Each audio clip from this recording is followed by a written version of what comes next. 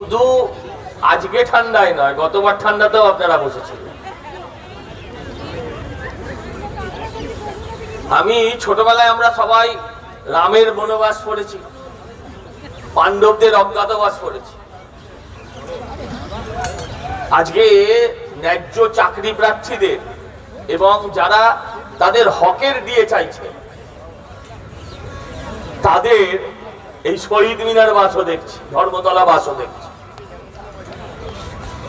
আমি শুধু বিক্রমবাবু বলছিলেন, আমি ওনার কথার প্রতিধ্বনি করে বলতে চাই, দেখুন এই সমস্যা আপনারা যদি ভাবেন শুধু সরকারি কর্মচারীদের সমস্যা, তা নয়। এই সমস্যা যদি শিক্ষক নিয়োগের সমস্যা ভাবেন তাহলে তা নয়। এই সমস্যা যদি পুরসভার নিয়োগের সমস্যা ভাবেন তা নয়। এই রাজ্য সরকারটাই রাজ্যের জন্য আজকে সবচেয়ে বড় সমস্যা। বাংলার সমস্ত মানুষকে যে রাজনীতিতেই বিশ্বাস করুন না কেন, এই কথাটা মানতে হবে। 318 দিন আপনারা বসে আছেন, দিন গুনে যাচ্ছেন, বয়স বাড়ছে। আপনি একটা জিনিস বুঝেছেন, এই সরকার আর যাই করুক না কেন, এই সরকার আপনাদের দিয়ে দেবে না, দেবে না, দেবে না। যাদের চাকরি দিতে পারিনি তাদের চাকরি এই সরকার দিতে পারবে না, পারবে না, পারবে না। কোথা থেকে দেবে? চাকরি দিতে গেলে মাইনে দিতে হবে, দিয়ে দিতে গেলে সরকারি ফান্ড থেকে পয়সা দিতে হবে। সরকার বুঝেছে খেলা মেলায় সহজে ভোট কেনা যায়, তাই তারা সরকারি কর্মচারীদের চাকরি দেবে না।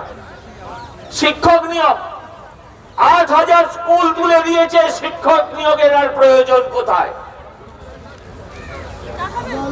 সরকার যাদেরকে নিয়োগ করেছে তারা যতই নিয়ম বহির্ভূত হোক, তাদেরকে সরকার তাড়াতে পারবে না। কেন তাড়াতে পারবে না? মমতা ব্যানার্জি ভাবছেন যাদের চাকরি দিয়েছি আমি তাদের থেকে খেয়েছি, এখন যদি ওদের চাকরিটা খাই তাহলে তো ওরা আমাদের খেয়ে নেবে। এই বাস্তব সত্যিটা মানতে হবে। আমাদের সমস্যাটা কোথায় জানেন? আমাদের সমস্যাটা হচ্ছে আপনার সমস্যায় আমি নেই, আর আমার সমস্যায় আপনি নেই। আজকে বিহার কয়েক লক্ষ চাকরি যদি দিতে পারে, বাংলা কেন পারে না? আজকে বাংলার মানুষের এই প্রশ্নটা প্রত্যেক ঘরে ঘরে গিয়ে হাজির করা উচিত। প্রশ্নটা প্রত্যেক পরিবারে তোলা উচিত যে বিহার যদি একটা ইনস্ট্যান্স হতে পারে। বিহারে বিজেপির সরকার নেই, বিহারে বিজেপির সরকার নেই, কিন্তু বিহার পারে যে কন্ট্রাকচুয়াল স্টাফেদেরকে পার্মানেন্ট করতে কয়েক লক্ষকে কয়েক দিনে। এরকম 1000 দিন, 500 দিন বহু মানুষ বসে আছেন। ধর্মতলার আনাচে কানাচে আপনি ঘুরে দেখুন, সেখানে বঞ্চিত শোষিতদের মেলা চলছে, কিন্তু সরকারের কোনো ভ্রুক্ষেপ নেই, সরকার কোনো কথা বলে না। একবার অন্তত সরকার ডেকে যদি আলোচনা করত, যদি বলতো আমার পকেটে পয়সা নেই, তাহলেও বুঝতাম সরকারের সহমর্মিতা আছে। সরকারের কোনো ভ্রুক্ষেপ নেই, কারণ সরকার বুঝে গেছে এরা আমাদের ভোট দেবে না।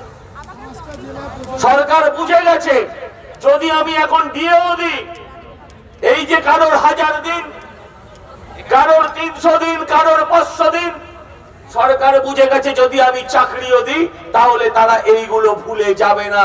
তাই সরকার ভেবে নিয়েছে এদেরকে বাদ দিয়েই আমাদেরকে ভাবতে হবে। তাই আপনাদের কাছে আবেদন করতে এসেছি। বক্তব্যকে দীর্ঘায়িত করব না, আপনারা অনেক দূরে দূরে যাবেন, অনেক দূর থেকে এসছেন, আমিও দেরিতে এসেছি। শুধু বলবো এইসব ধর্মঘটের চাকরি খেয়ে নেবো, এই নেবো, সরকারের আর সে ক্ষমতা নেই। ওর দাঁত নখ সব উড়ে গেছে। সরকারের আর সে ক্ষমতা নেই। সরকারের যদি ক্ষমতা থাকতো 318 দিন আপনাকে এখানে বসে থাকতে দিত না। সরকারের যদি ক্ষমতা থাকতো, সরকার অনেক আইন জারি করে আপনাদের এখান থেকে তুলে নিয়ে যেত। সরকারের সে ক্ষমতা নেই। সরকার আপনাদেরকে ভয় দেখাচ্ছে, যে ভয় আজকে বাচ্চা ছেলেরাও পায় না। প্রথম পেত, এই সরকারকে ভয় পেত, কিন্তু লড়তে লড়তে প্রত্যেকটা সেক্টরে। আমি কলকাতা পুরসভার একজন পৌর প্রতিনিধি, আমি দেখতে পাই প্রায় 35,000 পদ খালি রয়েছে কলকাতা পুরসভা। কলকাতা পুরসভায় প্রায় 35,000 পদ খালি, সেখানে চাকরি নেই।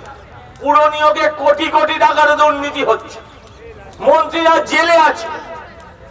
যারা জেলে থাকে এই মুখ্যমন্ত্রীর মন তাদের জন্য কাঁদে।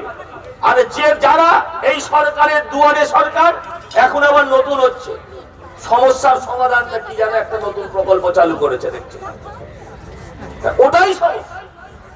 এই কাজগুলো কারা করে? এই কাজগুলো আপনারা করেন। আপনারা পারেন এই সরকারটাকে প্যারালাইজ করে দিতে, আপনারা পারেন এই সরকারটাকে পঙ্গু করে দিতে। আমি ভাবি মাঝে মাঝে লজ্জা হয়, দূরে দাঁড়িয়ে আছেন যে পুলিশ কর্মচারীরা, তাদের প্রতি করুণাও হয় যে বাড়িতে গিয়ে ছেলে মেয়ের কাছে মুখ দেখায় কি করে।